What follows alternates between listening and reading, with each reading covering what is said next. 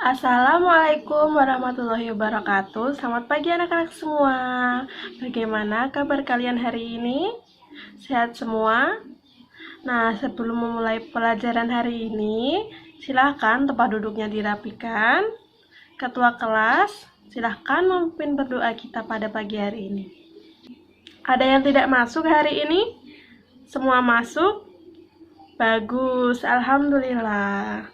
Nah, sebelum kita melanjutkan ke pembelajaran berikutnya, sekarang ayo dibuka bukunya terlebih dahulu. Kita lanjutkan bacaan yang belum selesai. Ibu beri waktu 10 menit untuk membaca. Anak-anak semua di sini pasti pernah melihat hujan, bukan? Siapa yang tahu proses terjadinya hujan? Nah, hari ini kita akan belajar mengenai siklus air. Air sangat penting bagi kehidupan manusia. Setelah mempelajari siklus air ini, diharapkan kita mampu menjelaskan bagaimana siklus air itu dan mampu membuat karya mengenai siklus air. Sekarang silakan buka buku kalian dan baca pentingnya air bagi lingkungan, pentingnya air bagi bumi, bagi kehidupan manusia di bumi. Nah, sekarang siapa yang tahu manfaat air? Nah, benar sekali. Air ini sangat diperlukan bagi kelangsungan hidup manusia di bumi. Bukan hanya manusia saja, namun semua makhluk hidup yang berada di bumi membutuhkan air untuk kelangsungan hidupnya. Nah, air ini banyak sekali manfaatnya. Bagi manusia, air dapat dimanfaatkan bisa untuk bertani. Ketika petani menanam padi, pasti membutuhkan air untuk manusia mandi, untuk minum, memasak, dan lain-lain. Fungsi air bagi hewan digunakan sebagai sumber kehidupan, yaitu untuk makan dan minum. Nah, air ini juga digunakan sebagai tempat tinggal hewan air dan juga dapat menjaga suhu tubuh ketika udara panas. Contohnya ini adalah seperti hewan kuda Nil. Nah, untuk tumbuhan, air dimanfaatkan contohnya seperti saat proses fotosintesis. Saat proses fotosintesis, tumbuhan membutuhkan air. Kemudian juga air ini dapat digunakan sebagai tempat tinggal tumbuhan, contohnya seperti enceng gondok. Kemudian air pada tumbuhan dapat digunakan sebagai pengangkut zat hara dan nutrisi dari tanah ke tumbuhan. Nah, sekarang anak-anak, ibu akan membagi kalian menjadi beberapa kelompok yang terdiri dari 4-5 siswa.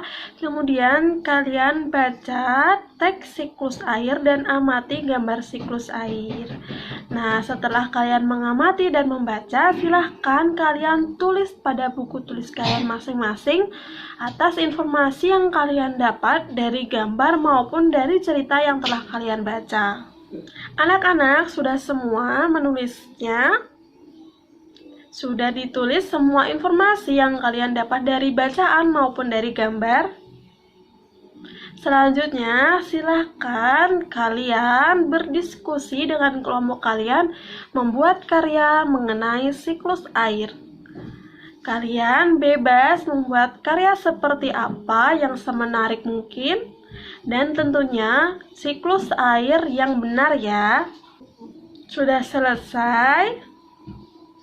Sekarang silahkan dikemasi.